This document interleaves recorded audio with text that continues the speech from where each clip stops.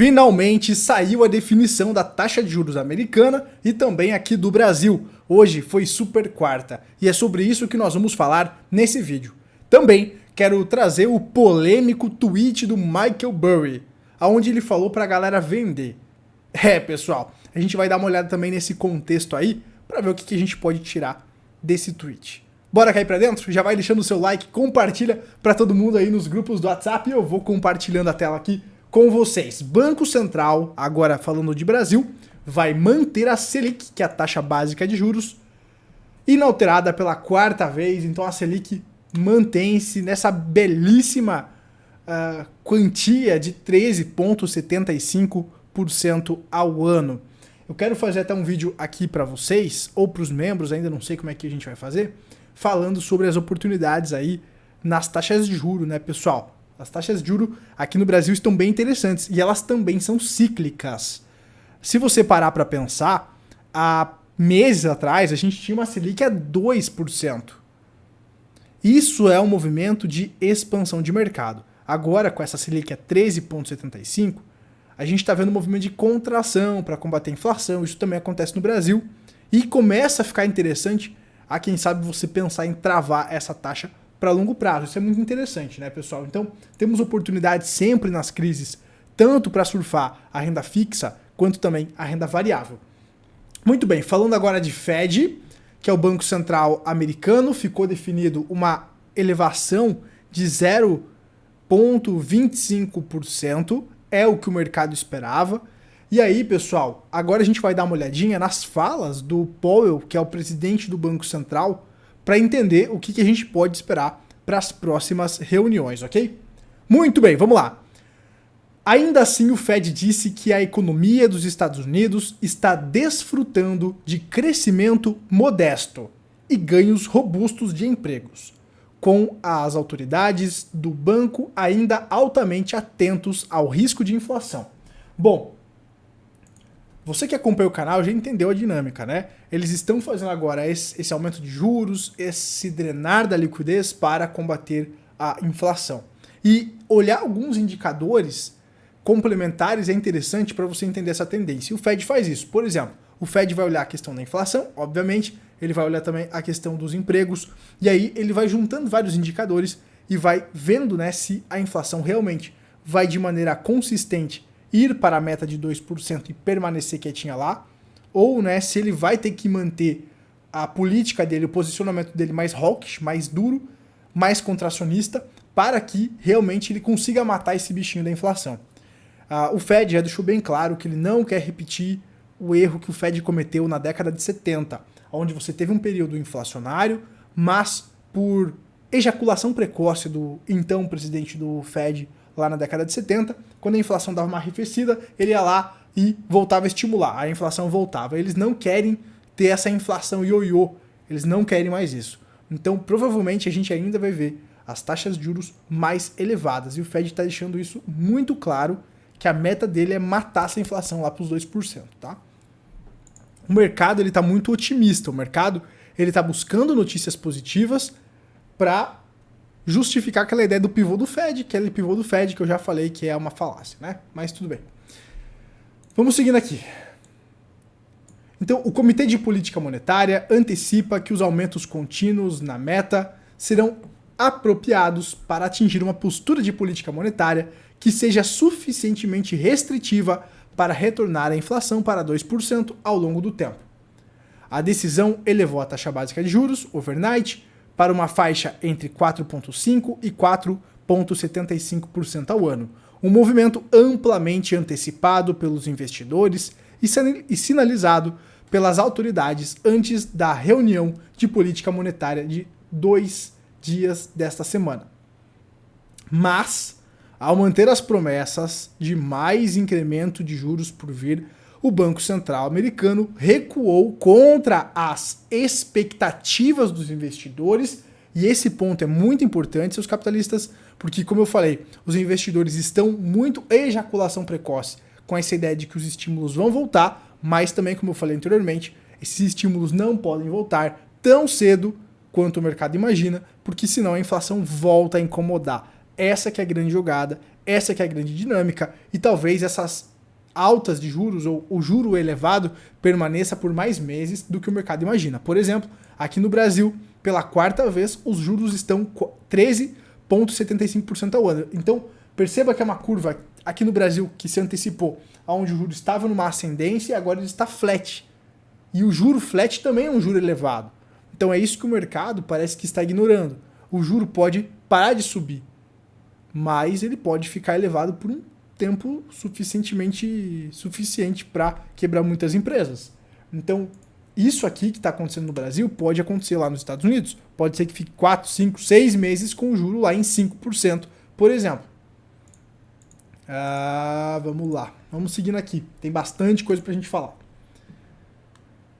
Mas, então, ao manter a promessa de mais incrementos de juros por vir, o Banco Central recuou, então, contra as expectativas dos investidores de que estava pronto para sinalizar o fim do atual ciclo de aperto, com um aceno à queda constante da inflação há 6 meses. O comunicado indicou que quaisquer futuros movimentos na taxa básica seriam em incrementos de mais 0,25%, e o documento descartou uma referência ao ritmo de futuras altas. Ao invés disso, referiu-se à extensão das mudanças nos custos dos empréstimos. Basicamente, falou a mesma coisa, né? A grande jogada é que então a gente pode ainda ver elevações de juros, mas lembrem-se, não é porque se futuramente o juro parar de subir que ele vai cair. Pode ser que ele fique flat, tá? Que é o que está acontecendo, por exemplo, aqui no Brasil. E o mercado, como está sedento, né, por estímulos, talvez ele não goste muito disso.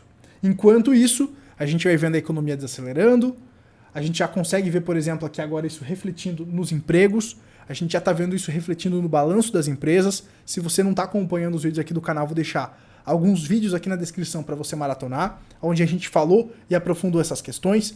Então a gente já está vendo a terceira peça começando a cair, a primeira e a segunda já caíram, empurrando a terceira e agora vai cair a quarta. A quarta peça é a do desemprego, que é o que o Fed está olhando. O Fed, olhando essa peça, ele viu que ela ainda não se moveu. Então, por isso que ele ainda está tranquilo em fazer mais apertos ou manter esses juros elevados, tá? Porque o Fed está tentando fazer um pouso suave, ou seja, controlar a inflação sem causar grandes danos na economia. Quando esse desemprego aumentar, talvez seja tarde demais você começar a cortar os juros. Porque aí você já vai ter empresas quebrando, você já vai ter a recessão instalada. Lembrem-se o que eu falo, o grande problema não é o combate à inflação. O grande problema é a consequência desse combate à inflação, que é a recessão que já está se instalando. Ela ainda não foi oficializada, mas ela está se instalando, ok? E então a gente teve então um posicionamento positivo aqui do Fed, que é justamente o movimento de redução dos aumentos de juros. Isso é positivo, então é uma notícia positiva. Isso indica que essa política contracionista está acabando, mas não significa também reduzir os alertas. E essa outra notícia aqui, que está na sua tela, também é uma notícia positiva. Criação de vagas no setor privado dos Estados Unidos fica abaixo do esperado. Aí você vai falar, Gabriel, você está de sacanagem, né? Como assim a criação de novas vagas piorando, ou seja, menos empregos sendo criados, é positivo? Bom, é o que eu falei, isso indica que a economia está contraindo. E nesse momento, para combater a inflação, é positivo você ver a economia contraindo. Significa que os preços serão controlados. Mas o custo para controlar os preços é uma recessão que está se instalando. E o mercado parece ainda ignorar esse fator, ok? Então, fiquem de olho nessa questão e tomem aí as suas decisões com sabedoria. Seguindo aqui, trazendo mais indicadores para complementar esse vídeo. Nós temos aqui, pessoal, depois que o presidente do Fed pareceu ignorar o fato de que as condições financeiras se afrouxaram drasticamente. Então, o que ele está falando aqui? Aqui em vermelho você vê a taxa de juros, os Fed Funds, e aqui em azul você vê as condições financeiras. As condições financeiras estão se deteriorando. as condições financeiras estão se deteriorando. E o Fed ignorou isso, ele se manteve contracionista. Mas as condições financeiras já estão se deteriorando, como eu mostrei aqui para vocês. E aí, especificamente, Powell observou que as condições financeiras se tornaram muito mais rígidas no ano passado e que é importante que as condições financeiras gerais reflitam a política monetária, o que não acontece, mas acrescentou que o foco, abre aspas, né, nosso foco não está nos curtos prazos, nos curtos movimentos, mas em mudanças sustentadas nas condições financeiras. Além disso, então, o ouro estava disparando e isso é tudo menos a retórica hawkish que o mercado esperava. Então ainda é um tom duro de contração. O Fed, ele não está com dó dos mercados. Na verdade, o Fed, eu acredito que ele está até torcendo para uma queda nos mercados, nas bolsas, porque isso seria positivo para essa política contracionista que ele quer implementar para aí controle da inflação. Euforias, elevações, por exemplo, de custo de casas e tal, seria negativo para o combate à inflação e faria, né, com que justamente o Fed tivesse que manter esse movimento hawkish por mais tempo, certo? Então o Fed ele quer claramente deteriorar as condições financeiras para combater a inflação e não cometer o mesmo erro que ele cometeu na década de 70. Aqui o nosso amigo Kaline e Mundico comentou o seguinte: Gabriel, você viu o tweet do Michael Burry? O que acordou com a pá virada e desceu um venda? O que acha disso? Sim, eu vi esse tweet e vamos comentar sobre ele agora. Michael Burry é um famoso investidor americano lá de Wall Street. Ele é protagonista do filme A Grande Aposta. Recomendo que vocês assistam, caso vocês não tenham assistido. Esse filme é muito bom. E justamente nesse filme ele vai mostrar a história de uma maneira muito, muito digerível, muito palatável, de como o mercado shorta, ou de como o mercado apostou, como ele apostou contra o mercado imobiliário, como ele viu um problema, ele ficou anos sustentando a posição dele contra o mercado, e aí ele conseguiu fazer uma bolada com a crise lá de 2008. O problema, né, que ele teve que aguentar muita bobeira durante isso, mas ele identificou um problema e ele acertou, ele é muito assertivo nos posicionamentos dele. O Michael Burry é polêmico hoje porque ele faz um tweet e deleta, até porque a SEC, né, que é a CVM americana e tal, tá em cima dele, porque ele é um cara que tem influência. E com certeza, né, se ele falar para comprar ou vender, isso vai ter bastante influência. Então, ele sendo um cara muito assertivo, quando ele faz um tweet, isso chama bastante atenção. E esse tweet foi bastante polêmico, chamou bastante atenção, porque ontem, às 9 da noite, ele postou sell, venda. E isso poderia, né, indicar justamente que ele está pessimista, ele está lá como ele estava em 2006, 2007, 2008, está pessimista e ele pode estar abrindo posições apostando contra o mercado. E aqui eu quero aprofundar o que talvez o Michael Burry esteja vendo e que eu também estou vendo e também por que eu continuo pessimista. Embora a gente possa ter um respiro, um repique para prender sardinhas no topo, eu ainda continuo pessimista, tá? Então, a minha visão é que o Michael Burry, ele tá enxergando isso aqui, ó.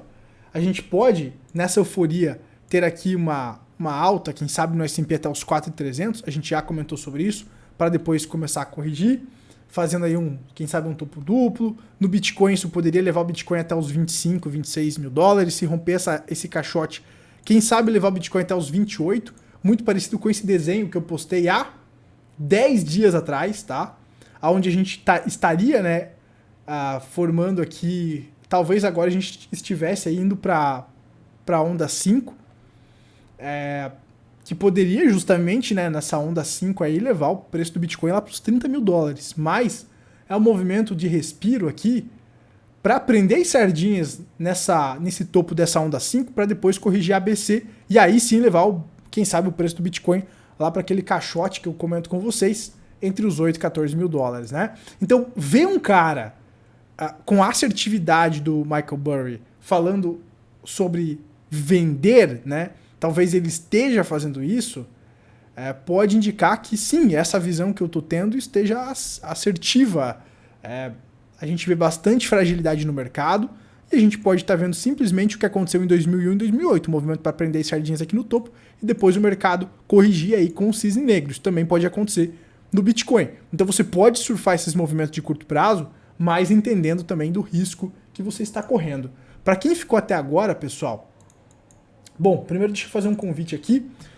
Você que não assistiu esse vídeo pré-crash de 2001 e 2008, eu recomendo que você assista. É o vídeo justamente que eu mostro um movimento gráfico que está se repetindo. Se você não assistiu, assista esse vídeo, porque é talvez o que o Michael Burry esteja vendo se repetir novamente. O mercado, ele rompe uma LTB, ele prende as sardinhas aqui, ó, e depois volta a corrigir. Isso aqui é um crash de mercado. Então talvez nós estejamos no pré-crash de mercado, tá? E nesse vídeo aqui, que eu vou deixar o link aqui na descrição, eu vou aprofundar esse tema. Então aqui no canal eu busco trazer vários indicadores, apontamentos gráficos para embasar essa minha visão pessimista aí para o médio prazo. No curto prazo a gente pode ver um movimento de alta para prender as sardinhas no topo, tanto nas criptomoedas, tanto aí nas bolsas. E aí, para você que ficou até agora, eu vou dar um presente para vocês e vou mostrar um indicador que eu postei para os membros do canal. E esse indicador justamente vai apontar que esse movimento é um movimento de prender as sardinhas no topo, tá? Deixa eu abrir aqui a área de membros, então. Você que ainda não é membro do canal, torne-se membro, ó. Abaixo dos vídeos aqui, ó, tem um botãozinho Seja Membro, ó. Tá vendo aqui meu mouse? Abaixo do vídeo aqui tem um botãozinho chamado Seja Membro.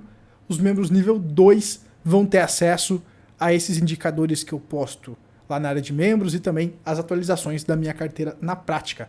Você que quer ver o que eu estou fazendo na prática, só se tornar membro aqui do canal no YouTube, beleza? Se no seu celular não aparece, faz a assinatura pelo computador, que lá vai ter esse botãozinho aqui abaixo do vídeo, ok? A assinatura é feita pelo próprio YouTube. Vamos aqui abrir a área de membros, então.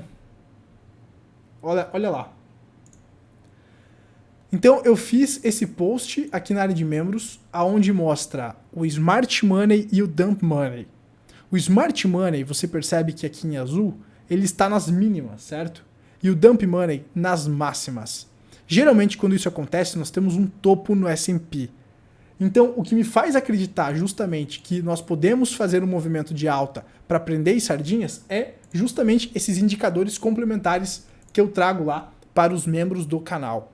Então, nós estamos vendo agora o dinheiro das sardinhas entrando, são as sardinhas que estão movendo aqui os mercados para cima, as sardinhas que estão comprando agora, e quem está vendendo para as sardinhas? Os institucionais, o Smart Money, o dinheiro inteligente. Então o dinheiro inteligente está saindo do mercado. Geralmente quando o dinheiro inteligente sobe naquele indicador que eu mostrei para vocês ali, a gente tem o fundo do mercado e o mercado começa a subir. E são inversamente proporcionais. Quando o Dump Money sobe, o Smart Money cai. Quando o Smart Money cai, o Dump Money sobe. Então é justamente, né, as sardinhas sempre fazendo um movimento contrário do mercado. Hoje eu vejo bastante euforia por parte das sardinhas. Tá todo mundo querendo comprar para não ficar de fora. É claro que você pode surfar, como eu falei, essas altas e buscar ali, por exemplo, no Bitcoin 25 mil, quem sabe 28 mil dólares, mas correndo risco e sabendo que pode ser um movimento manipulado justamente para prender essa galera gananciosa no topo. Igual, como eu mostro nesse vídeo, aconteceu em 2001 e 2008. Esse movimento de prender as sardinhas no topo aconteceu nessas duas crises. E é um prenúncio de crash. Geralmente, quando isso acontece, ocorre um crash. Então, assista esse vídeo que está imperdível. Pré-crash de 2001 e 2008 está se repetindo. Sardinhas ficarão presas no topo da crise de 2023. Gerencie o seu risco.